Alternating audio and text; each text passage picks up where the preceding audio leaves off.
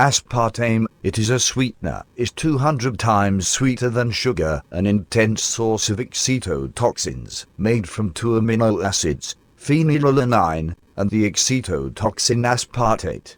It should be avoided at all costs. Aspartame complaints accounts for approximately 70% of all complaints to the Federal Drug Administration. It is the leading cause of diabetes, blindness, brain tumors, Parkinson's disease, Lou Gehrig's disease and convulsions. Sold under dozens of brand names such as NutraSweet and Equal, aspartame breaks down within 20 minutes at room temperature into several primary toxic and dangerous ingredients. 1. DKP, diketopyrazine. When ingested, converts to a near duplicate of a powerful brain tumor-causing agent. 2. Formic acid, or ant venom. 3. Formaldehyde, or embalming fluid. 4. Methanol, causes blindness, extremely dangerous substance. Common examples: diet soft drinks, sugar-free gums, sugar-free Kool-Aid, Crystal Light, children's medications, and thousands of other products, claiming to be low-calorie, diet or sugar-free.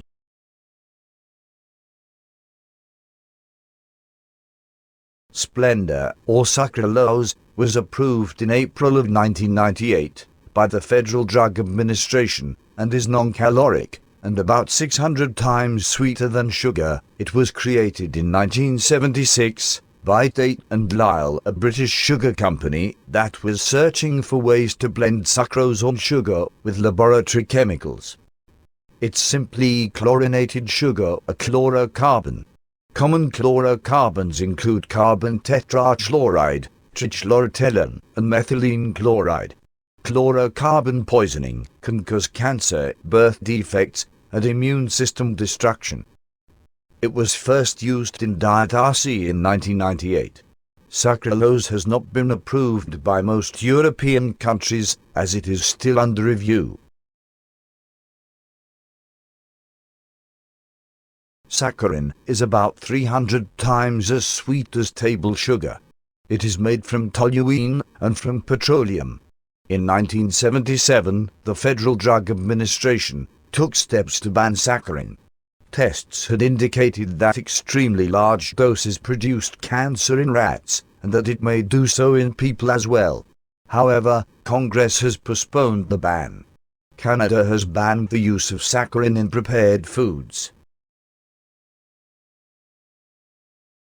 Acesulfame potassium, or acesulfame K, was approved for use by the Federal Drug Administration as a safe artificial sweetener. In July 1988, it is known to produce lung tumors, breast tumors, rare types of tumors in the organs such as the thymus gland, several forms of leukemia, and chronic respiratory disease in several rodent studies by Dr. Robert Charles. There are also other artificial sweeteners to look out for that are not yet as popular here in the United States, that are coming out of Indonesia. Altame, cyclamate, neotame, isomalt, lactiol, maltitol, mannitol, sorbitol and xylitol. Going to elementary school in the 70s, I remember them taking the whole class to the dentist to have dental work done. They would also pass around paper cups containing fluoride to make us gargle with. I still remember the taste, after 25 years. I've always wondered why it was the school's responsibility to do this. Living in the country sometimes means having bad water, and most people think living in the city, having tap water with chlorine and fluoride added, is a luxury. We use tap water for making coffee. We use tap water for cooking. Dentists' ads on television always encouraged us to brush with toothpaste containing fluoride. Locally, it is routine that healthcare workers ask if you have city water when you take your child in for a checkup. If you don't, they will give your child a fluoride dose. Don't it seem like they're obsessed with giving your child fluoride? Why should they be worried about tooth decay when your child is going to lose their baby teeth anyway? Fluoride has been embedded into our lifestyle as one of our necessities to only prevent tooth decay. A local doctor is quoted by saying that a mother should never give fluoride to a child. Instead of it helping to prevent tooth decay, it promotes it. Do they know something that we don't? So, what does all this mean? They want us all going around with decaying teeth? Not quite.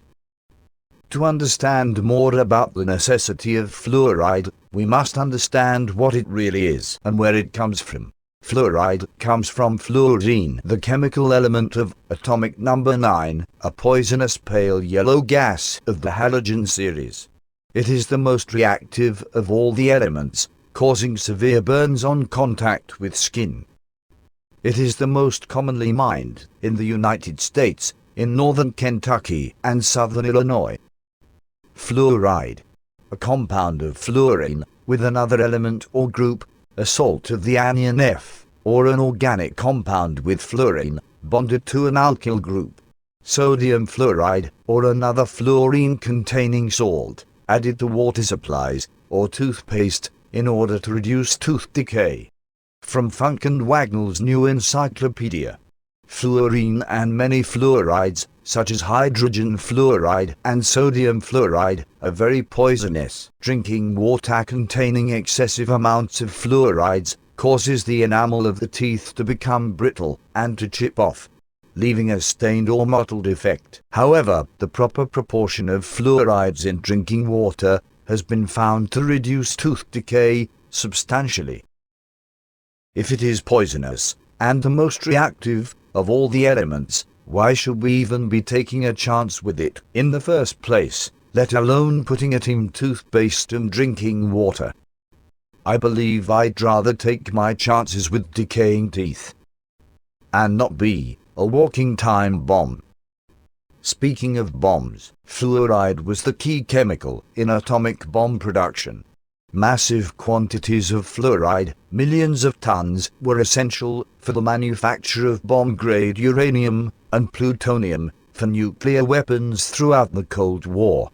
One of the most toxic chemicals known, fluoride rapidly emerged as the leading chemical health hazard of the U.S. atomic bomb program, both for workers and for nearby communities. As I mentioned earlier, that I could still taste the fluoride they gave us in school, but I didn't mean it literally. But what if I really do?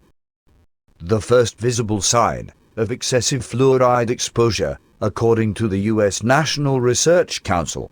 The signs are whitish flecks or spots, particularly on the front teeth, or dark spots or stripes in more severe cases. A friend was telling me how a political figure here in my hometown had been admitted to the hospital after becoming very sick. After finding out it was the tap water he was drinking, he was told to stop drinking it and to not tell anyone else about it, so that it wouldn't cause panic. UK-based website of headlines. Thursday, the 23rd of March 2006. Scientists urge lower limits on fluoride. Some scientists are reportedly urging federal limits on fluoride in drinking water be lowered. The scientists say high levels of naturally occurring fluoride in drinking water are leaving some children at risk of tooth enamel damage and adults prone to weakened bones that could lead to fractures.